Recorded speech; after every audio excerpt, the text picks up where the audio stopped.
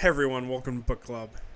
We are looking at He Who Fights with Monsters by Shirtaloon, aka Travis Deverell. The author of this book has been hospitalized and is doing better, but still has a long road to recovery. Please support them. They'll need it at this crucial time. So, you're in a dark room.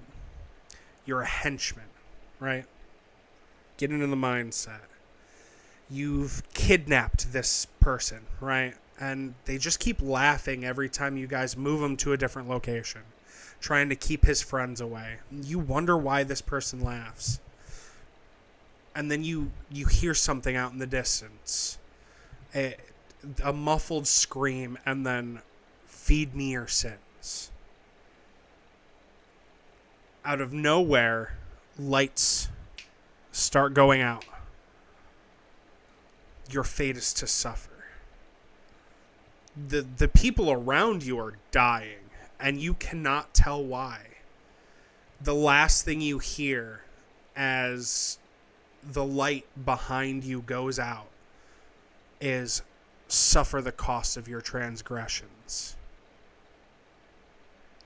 These incantations are used many times throughout the currently 12 books that have been released so far from Travis Deverell. He Who Fights with Monsters is a lit RPG novel that stars college dropout Jason Asano, who awakens in another world that has a similar geography to Earth, but not the same.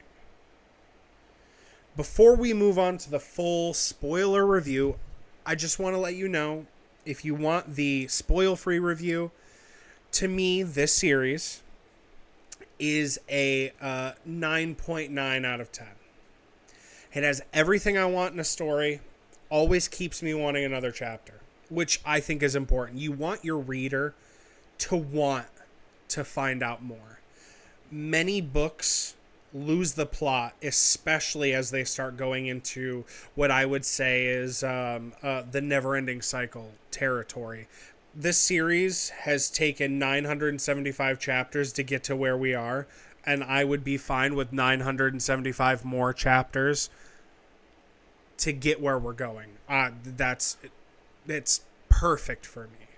So the non-spoiler review for me: if you like well-defined magic systems, lit RPG story that isn't, I got isekai'd and now everything goes my way and I'm perfect and the girl loves me and the king's my bro, and then there's the main character that's just a bundle of edge and has nothing, no actual backstory to him, but meh. Parents, meh. You want a character with complex emotions. You want a cast of characters that are 95% fully realized people. And you want depth and complexity in those characters. You can check out this book. This book is on Kindle Unlimited, all 12 books, I believe, currently. And you can listen to the fantastic Heath Miller, who narrates it on Audible. Now, for all of you who would like to take the information I just gave you and skadoodle, take a snack and a drink, and enjoy the rest of your day.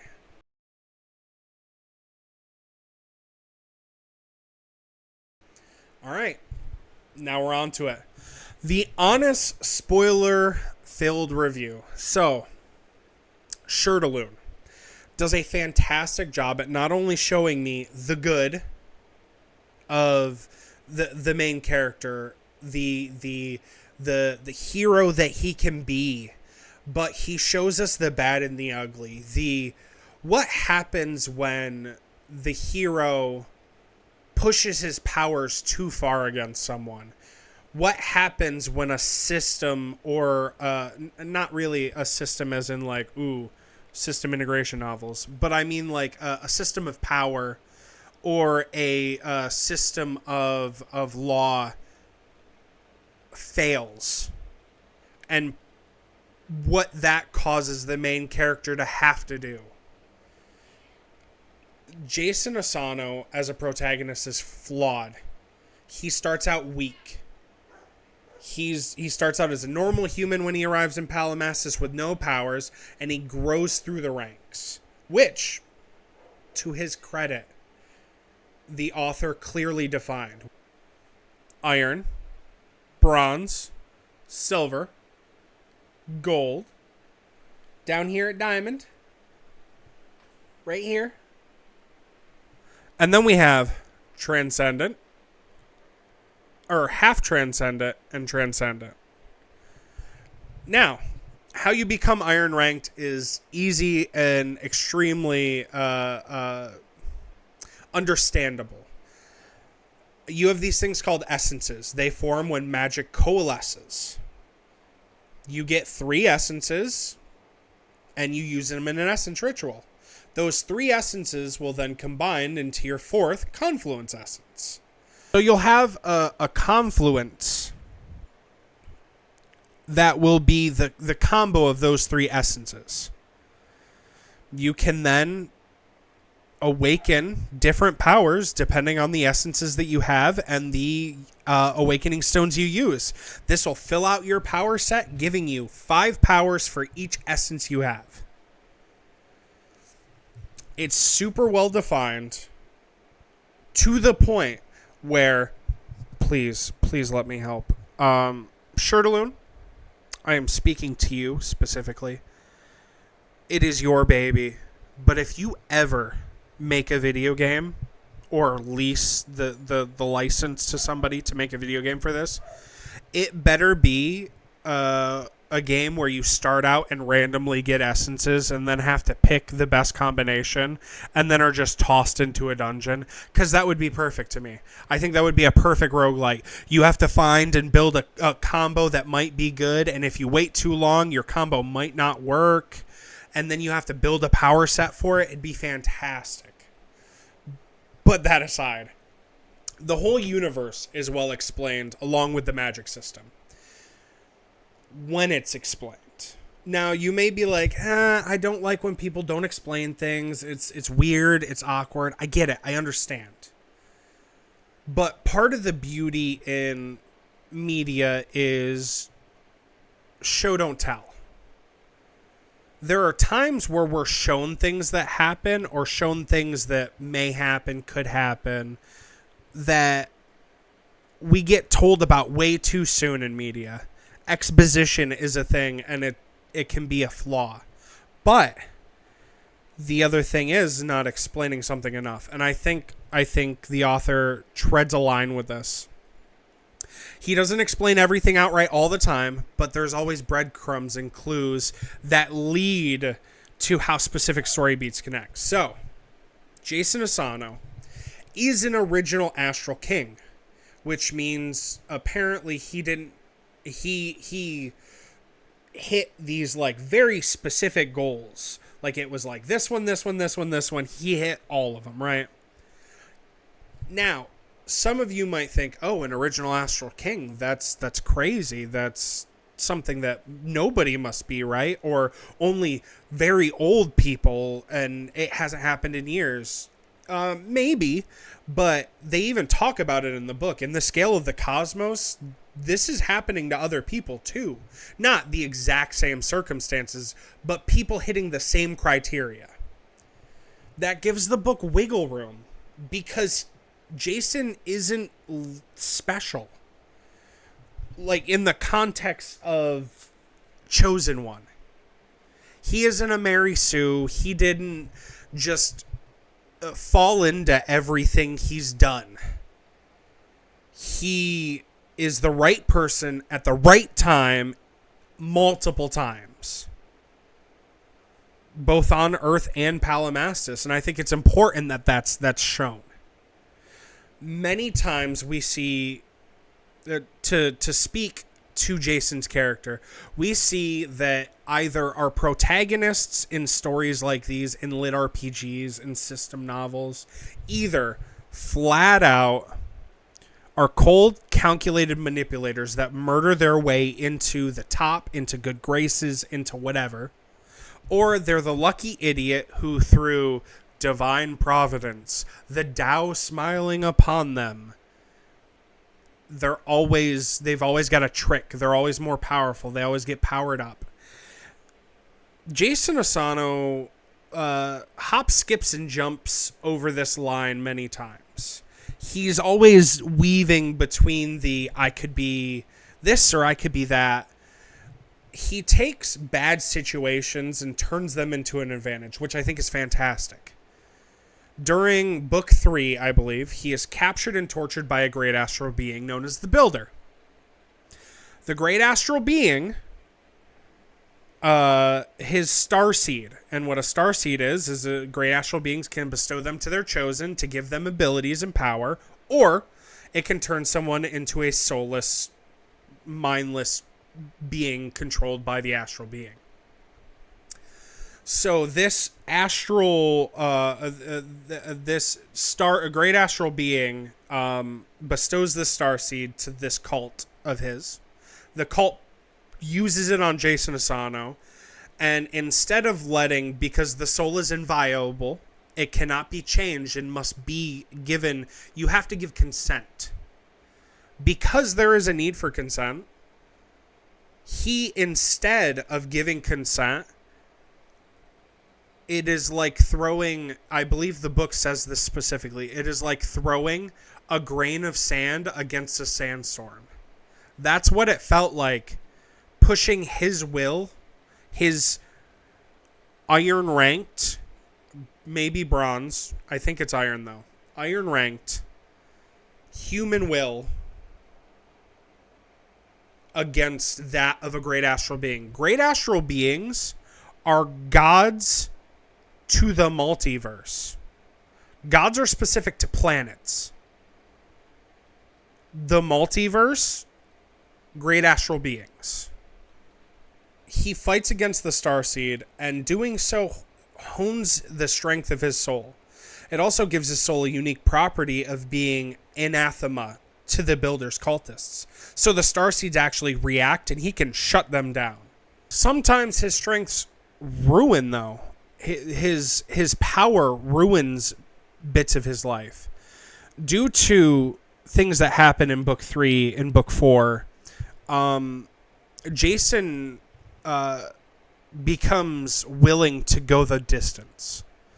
He becomes willing to put an end to the threats instead of beating them, and he gets tired of the Spider-Man and starts going for the Jason Todd theory of villainy removal. Because of that, he alienates himself to his family.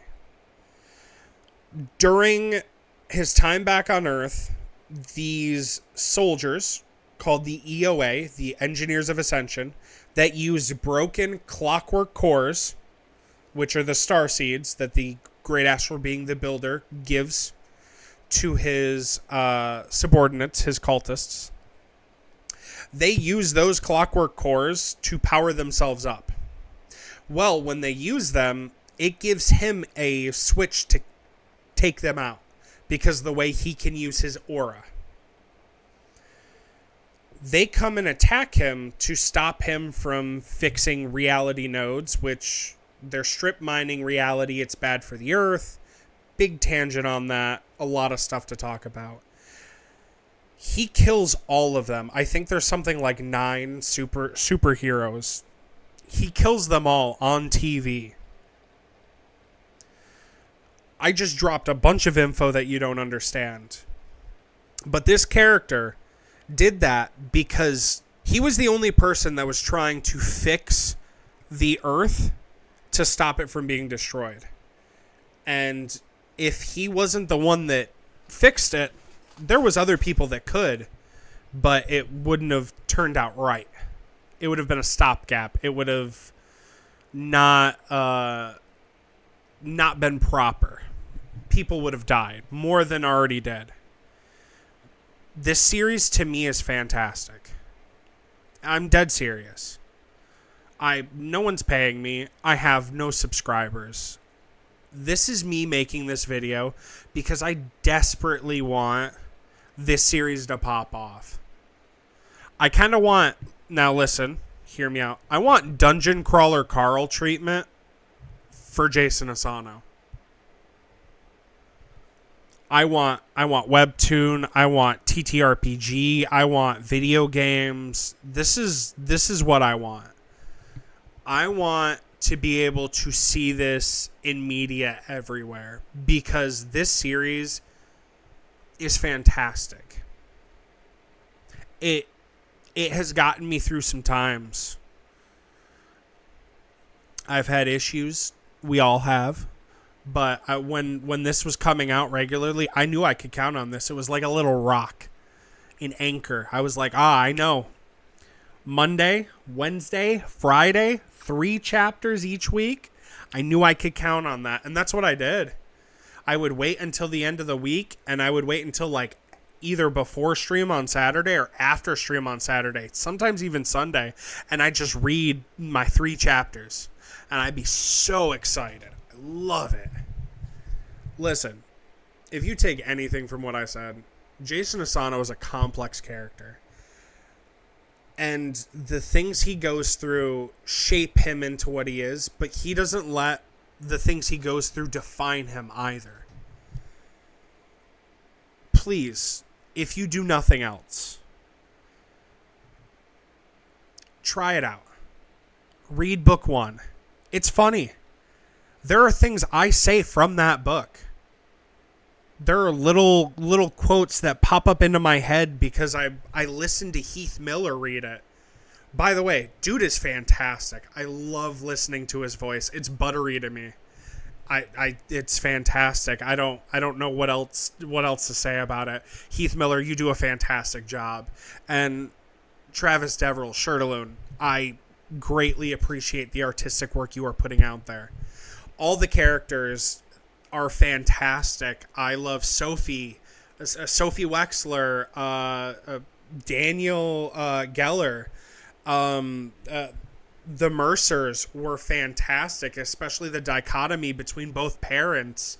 The aristocratic society, the diamond rankers, the Astral Kings, like everything going on with the superiority from the messengers, the outworlders that end up on Palamastus, all these things, they all culminate. Gary's sacrifice. These are things that when I read, I put myself there. I see it in my brain. And the hero sanctioning himself because he is over being the person who lets people sacrifice themselves to be a hero is fantastic writing. Please, if you disagree with me, tell me. I'm fine with that. I'm not saying it. I think it's fantastic. I do. It is what it is. If you don't think it's fantastic, I can understand that.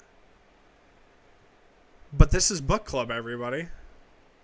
Please, check out the book. Please, support Travis Deverell. He has a long road to recovery, and I haven't heard anything recently. I'm going to keep an eye out, and when this does go up, if there is an update that I can post with it, I will. But I wanted to put this out there. This is my first one. This is my first video. I'm going to edit this, and this is going to be atrocious, and I'm going to hate every second of it. But I'm doing this because I love reading. I don't like reading. I love reading. Reading is a passion. Ever since I was a kid, reading was fantastic. The Hobbit was one of my favorite books. And then it just spiraled from there. I want to bring my passion to everybody else. So please, check out the book. Royal Road, Kindle Unlimited, or audiobook by the smooth, buttery Heath Miller. And as always, I hope you have a great rest of your day. I hope something goes good for you. And I will see you all next time. Bye.